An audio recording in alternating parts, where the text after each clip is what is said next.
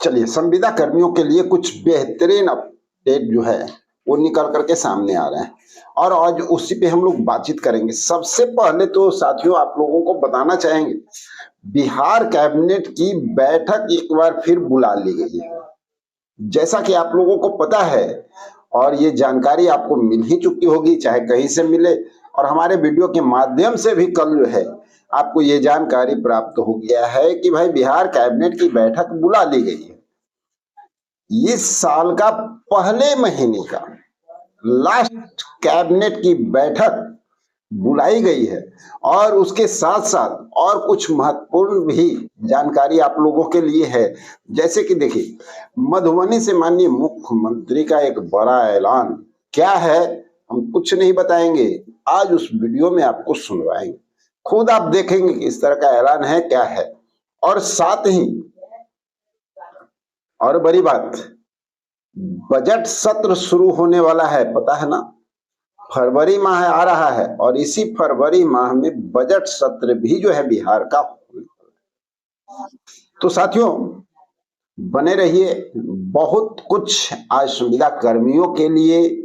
राज्य कर्मी की दर्जा की अगर बात किया जाए तो लगातार हमारे सभी संविदा कर्मी उत्साहित हो जाते हैं। उन्हें पता है कि जिस समय राज्यकर्मी का दर्जा मिल गया उसी समय हमारी लमसम सारी समस्याएं समाप्त होती हुई नजर आएगी। ठीक है, इसलिए राज्यकर्मी का दर्जा तो आप लोग को मिलना निश्चित है। अब निश्चित क्यों है, निश्चित के पीछे का रीजन के लिए आपको क्या देखना होगा पता है, कल का वीडियो में एकदम क्लियरेंस हो चुका है कि भाई राज्यकर्मी का दर्जा तो आपको मिलेगा ही, इसमें कहीं कोई शक और दो राय की बात है ही नहीं। और साथियों जैसा कि माननीय मुख्यमंत्री लगातार हर मंच से हमेशा अनाउंसमेंट किए हैं, जब संविदा कर्मी की बात आ जाए तो उनके मानदेय वृद्धि को लेकर के, उन्हें जो है मान सम्मान देने को लेकर के, राज्यकर्मी की दर्जा को लेकर।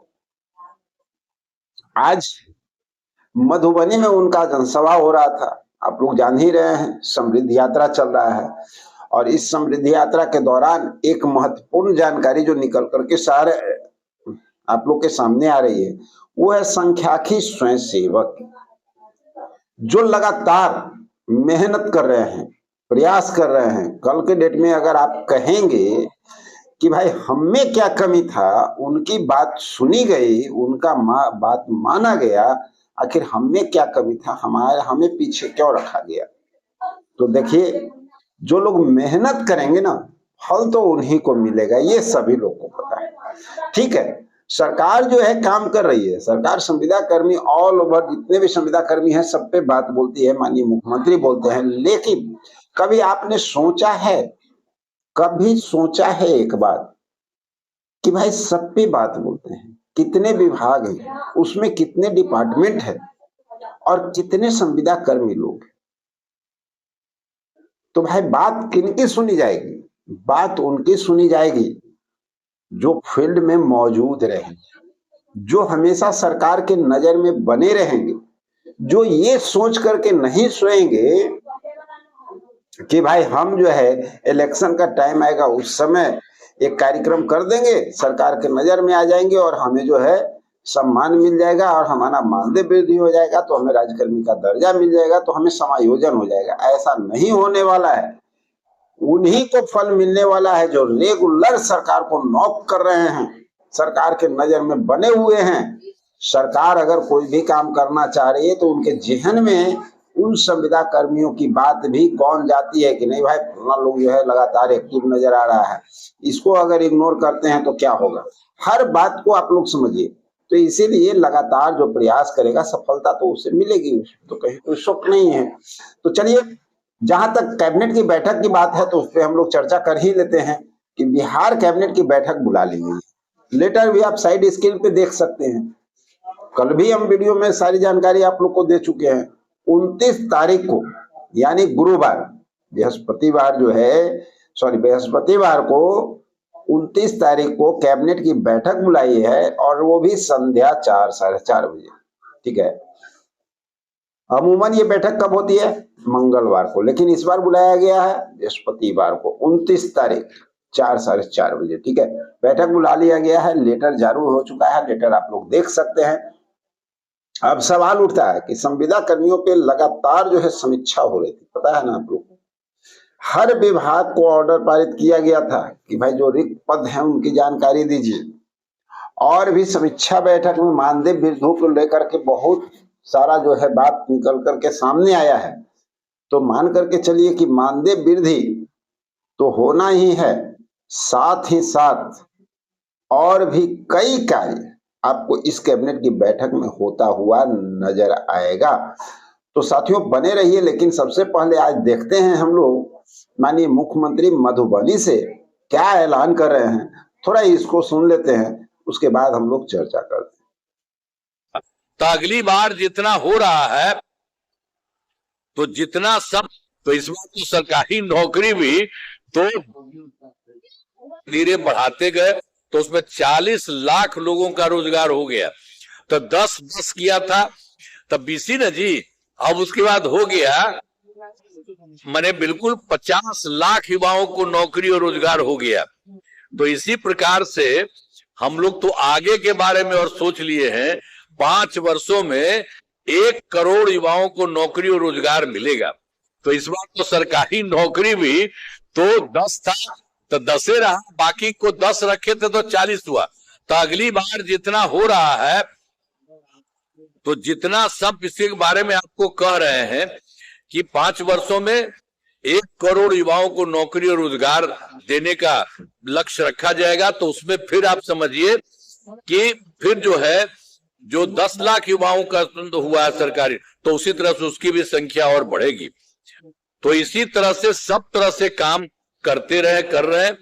अब सरकार ने शुरू से ही काफी तबकों का विकास किया है, चाहे हिंदू हो, मुस्लिम हो, अपरस्त हो, पिछड़ा हो, अति पिछड़ा हो, दलित हो, महादलित हो, सभी के लिए काम किया गया है।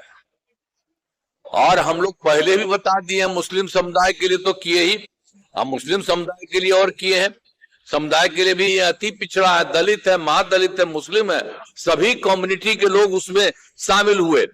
तो फिर हम लोगों ने तय किया कि आखिर इन लोगों को खत्म करेंगे।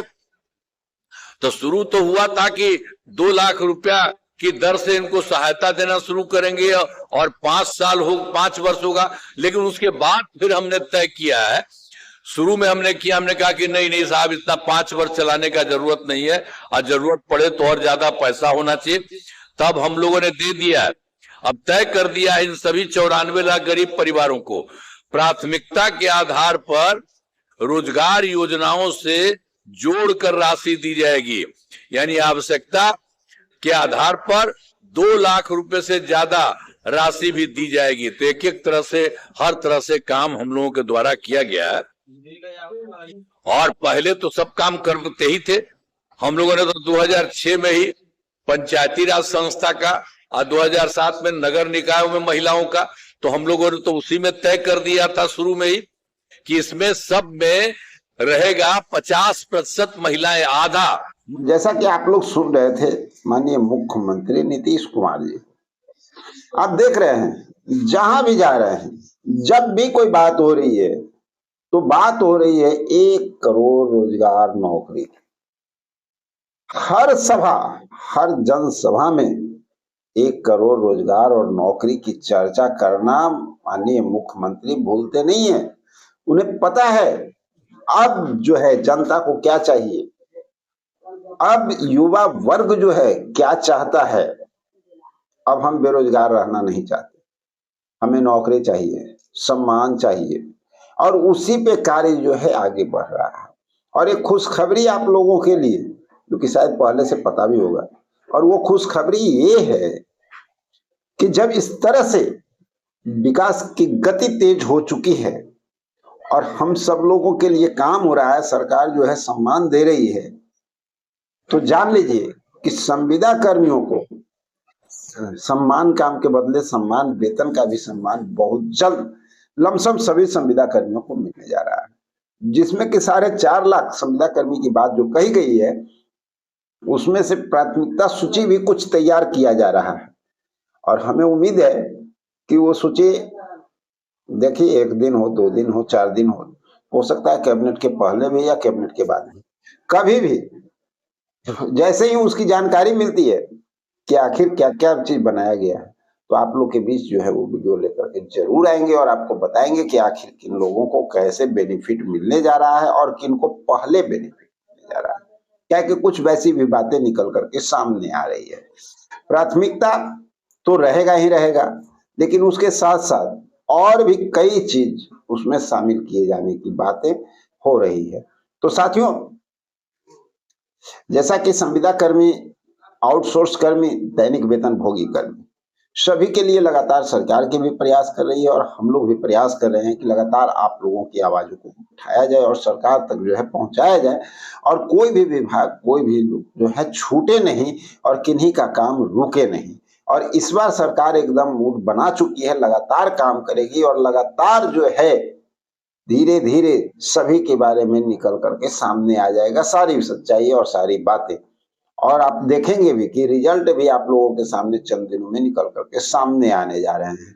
तो उसी दौरान एक बात और बताना चाहेंगे कि अपने सब जितने भी संविदा कर्मी हैं उन्हें हम भी छोड़ना नहीं चाहते हैं और छूटना नहीं चाहते हैं कोई लोग है। तो हम चाहते हैं कि जिन लोगों का नाम हमसे छूटता है ना, उन सभी लोग जो है कमेंट बॉक्स में अपने बारे में जरूर बताइए, अपने विभाग के बारे में बताइए, कुछ सही जानकारी दीजिए जिससे कि हम आपके बारे में भी पूरी जानकारी लेने के बाद आपकी आवाजों को लगातार जो है उठा सके और सरकार तक आपके लिए आपकी बात को भी मजबूती से पहुंचाया जा सके। तो चलिए बात कर लेते हैं। जैसा कि आप सभी लोग जानते हैं, मानव बल किसान सलाहकार का मानदेय वृद्धि हुआ है, लेकिन समायोजन कब होगा भाई, बड़ी बात है। ठीक है, साथ ही संख्याकी स्वयंसेवक लगातार प्रयास कर रहे हैं और सफलता के मुकाम तक पहुंचने ही वाले हैं।